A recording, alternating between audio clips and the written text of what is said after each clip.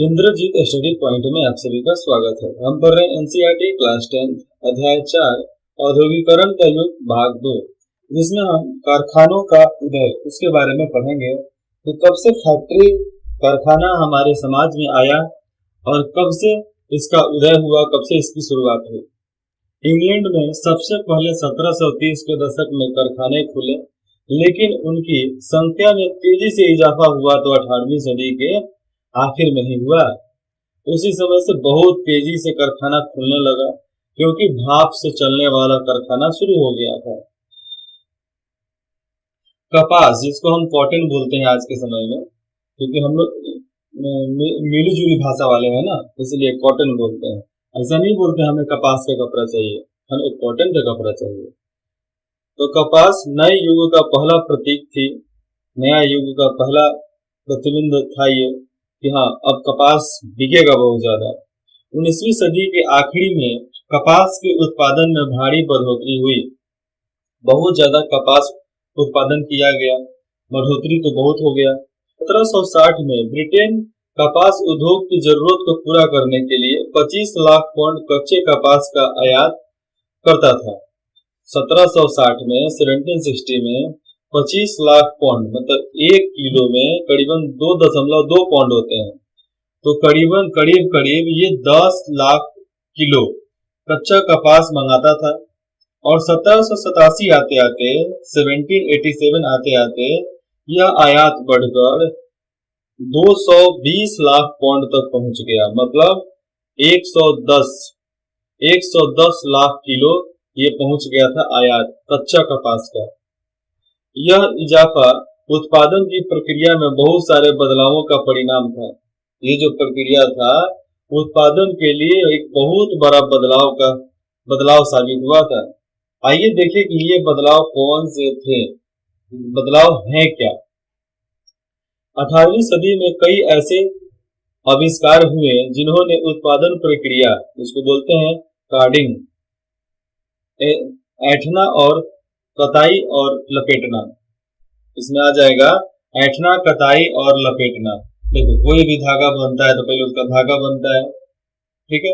सबसे पहले तो रुई निकाला जाएगा, रुई को धुन कर धागा बनेगा, धागा बनने के बाद उसको लपेटा जाएगा, लपेटने के बाद से उसका कपड़ा बनेगा, कपड़ा बनने के बाद में कटाई, नपाई, जोखाई सब बाद में होता है।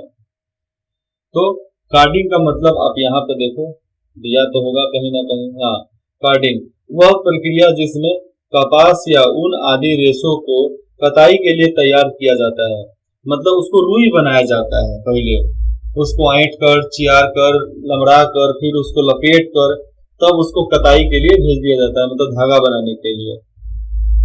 हर चरण की कुशलता बढ़ गई, मशीन हर काम करने लगा, प्रति मजदूर उत्पादन बढ़ गया और पहले से ज्यादा मजबूत धागों और रेशों का उत्पादन होने लगा, बहुत ज्यादा मजबूत धागा बनने लगा।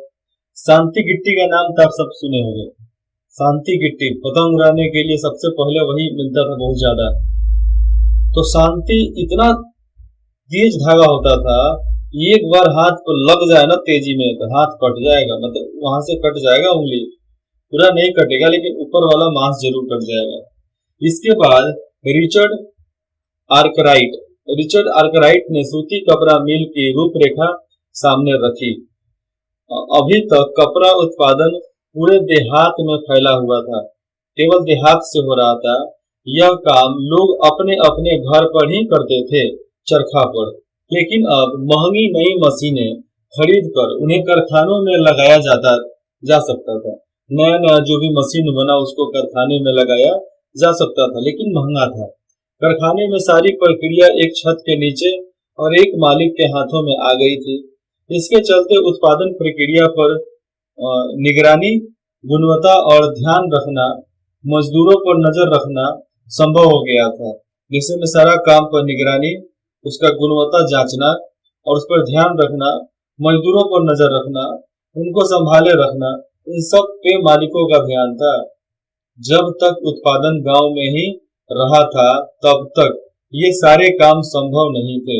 ये सब जब गांव से चल रहा था ये संभव ही नहीं था कि उन लोगों पर निगरानी रखा जा सके, जैसा बनाना है वैसा बना कर देते थे। ये है, देखो कारखाना कितना बड़ा कारखाना है, उस समय इस पर रेल चलता था। देखो यहाँ पर सब मशीनें लगी हुई है, इस पर इंजन लगा हुआ है। चित्र 4, लंकाशायर। लंकाशायर की एक कॉटन मिल CI टर्न द्वारा बनाया गया चित्र ये है। कलाकार ने कहा अगर उस नम मौसम में, बारिश वाले मौसम में, एकदम नमी था वहां पे, नम मौसम की नजर से देखे, जिसके कारण, देखो वहां पर किस तरह एकदम पानी पानी कहीं कहीं दिख रहा है, जिसके कारण लंकाशायर दुनिया में सूत कताई के लिए सबसे आदर्श स्थान बनता है, तो शाम के धुंधलेक में दमकता कॉटन, जो अभी दिख रहा है कॉटन मिल सबसे शानदार नजारा इसका दिखाई देता है जब पूरा मौसम धुंधला होता है तब।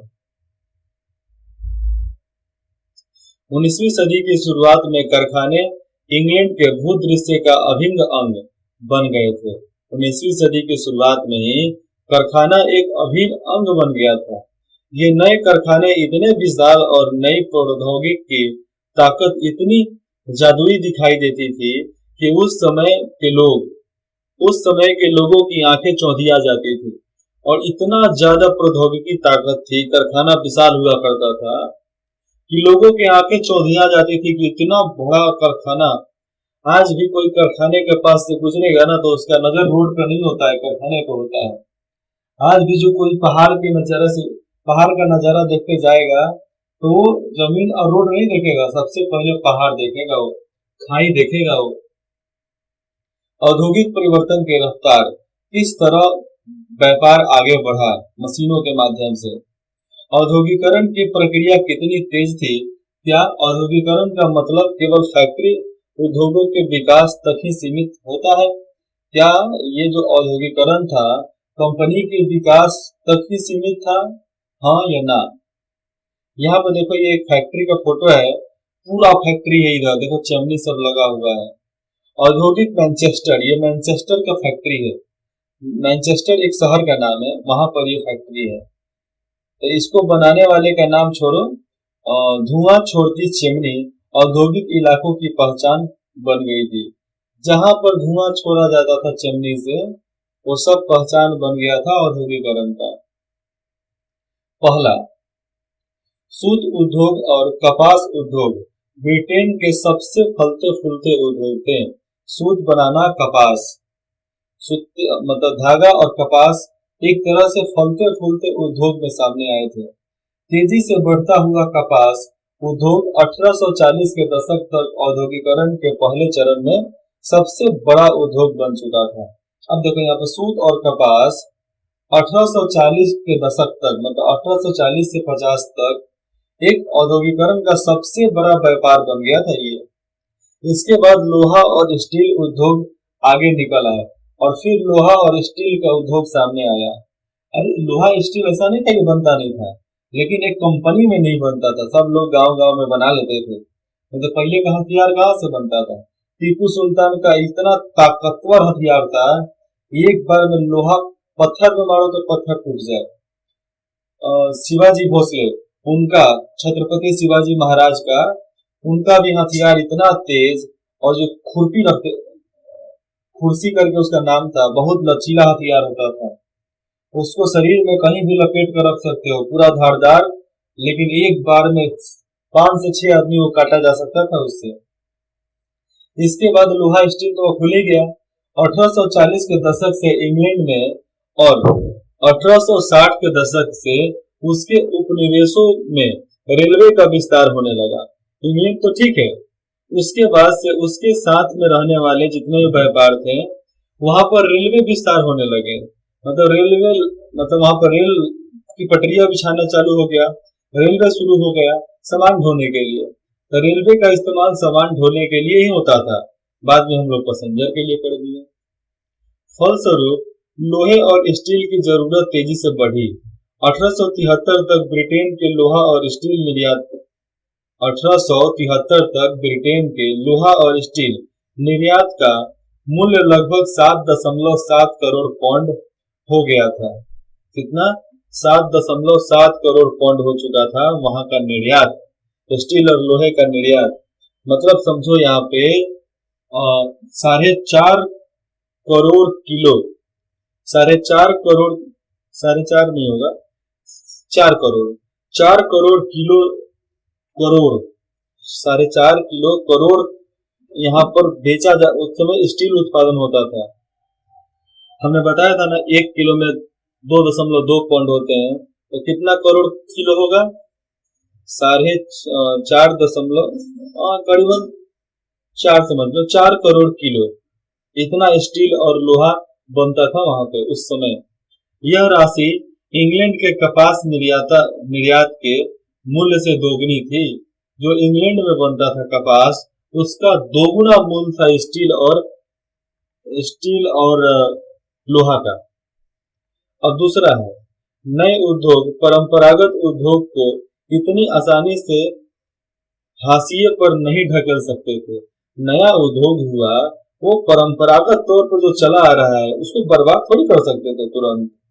19वीं सदी के आखिर में भी तकनीकी रूप से विकसित औद्योगिक क्षेत्र में काम करने वाले मजदूरों की संख्या कुल मजदूरों में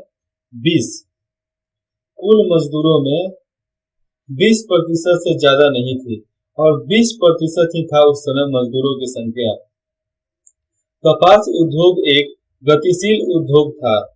उस समय कपास एक बहुत तेजी से बनता था, लेकिन उसके उत्पादन का बड़ा हिस्सा कारखाने में नहीं बल्कि घरेलू इकाइयों में होता था। अब देखो, जितना भी उत्पादन होता था कारखाने में नहीं, घरेलू इलाके में होता था, घर में होता था।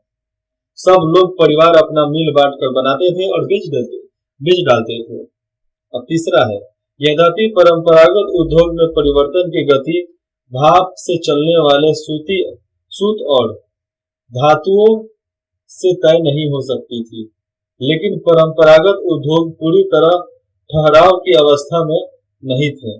अब देखो, परंपरागत उद्योग जो घर में बनता था, उसको भाप से चलने वाली इंजन, चाहे सूती कपड़ा हो, चाहे कपड़े का व्यापार हो, चाहे धातुओं का व्यापार हो, उसे बर्बाद नहीं कर सकती थी, क्योंकि इसकी वजह से परंपरागत उद्योग खत्म नहीं होते हैं। आज कंपनी में इतना ज्यादा बनता है, क्या चीज, मिट्टी का बर्तन, आज के घर के लोग नहीं बनाते हैं। आज इतना ज्यादा लोहा का व्यापार होता है कंपनी से, तो क्या लोहा बंजारे लोग नहीं बनाते हैं? बनाते हैं। लोहा घर गांव का लोहार नहीं बनाता है? बनाता है।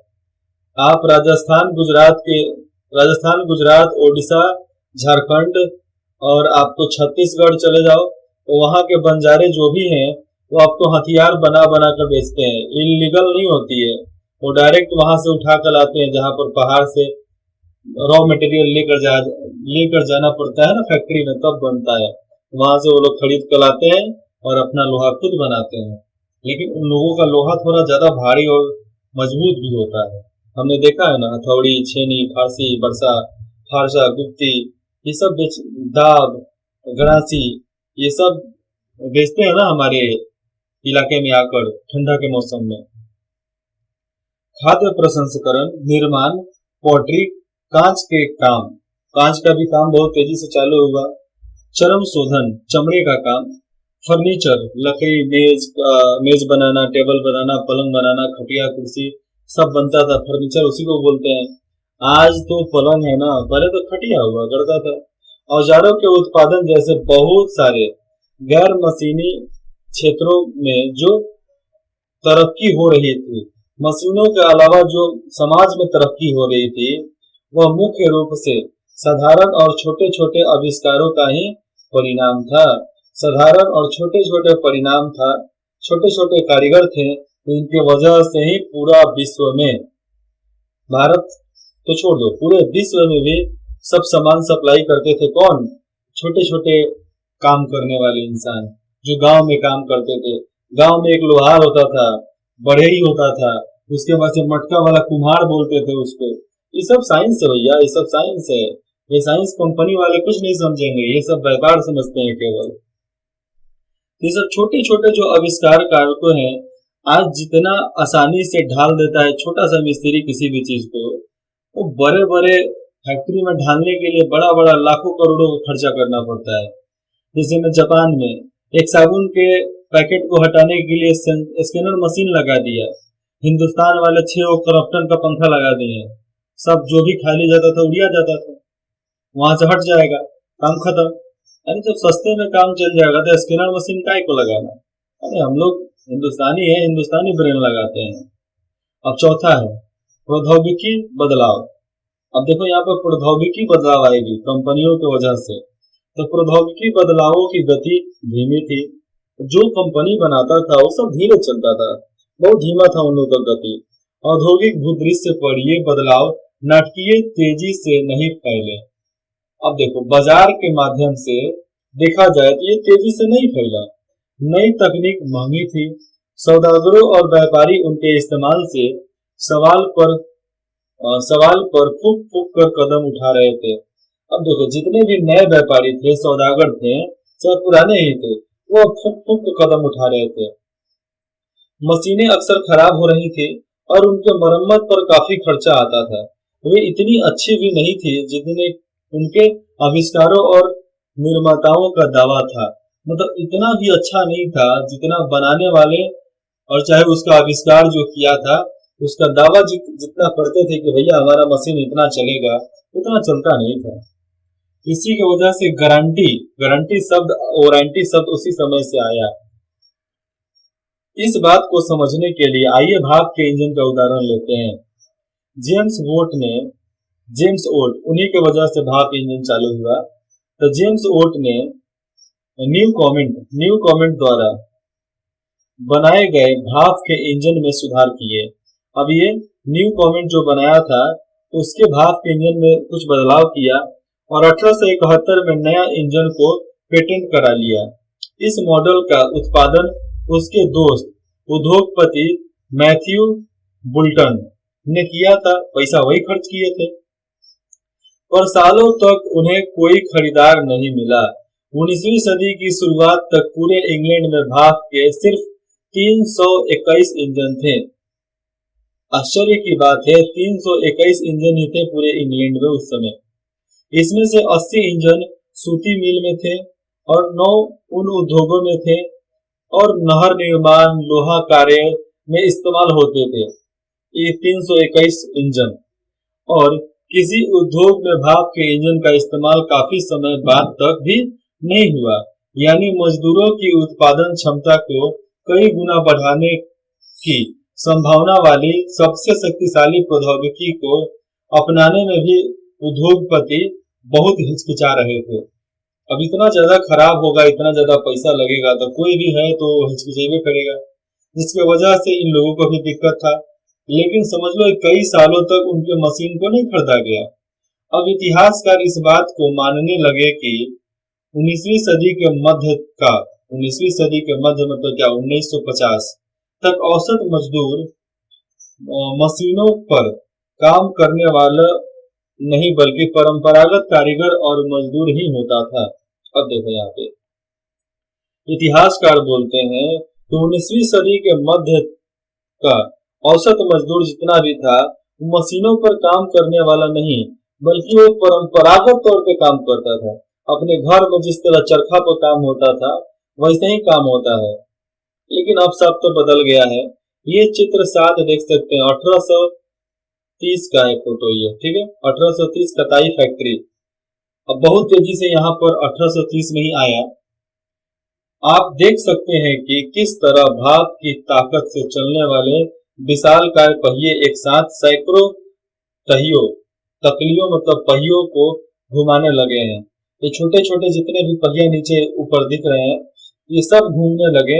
भाप के इंजन वाले जब इंजन से शुरुआत हुआ ना तो उसी के साथ पट्टा पर जोड़ दिया जाता था इन सबको, और एक नचेगा तो पट्टे के हिसाब से सब नचेगा और नचते जाएगा। ये लोग कपड़ा यहाँ पर बुनते जाएंगे, कपड़ा बन के रेडी, काम खत्म। अगले भाग में पढ़ेंगे हाथ का श्रम और भाप शक्ति, मतलब हाथ से बनाया हुआ सामान और भाप वाले इंजन से बना हुआ सब फैक्ट्री, उसके बारे में कि उनकी शक्ति कितनी थी। इंद्रजीत स्टडी पॉइंट में जुड़ने के लिए आप सभी का बहुत बहुत धन्यवाद। आशा करते हैं आप हमें कमेंट जरूर करेंगे, आपके कमेंट का इंतजार रहेगा। धन्यवाद।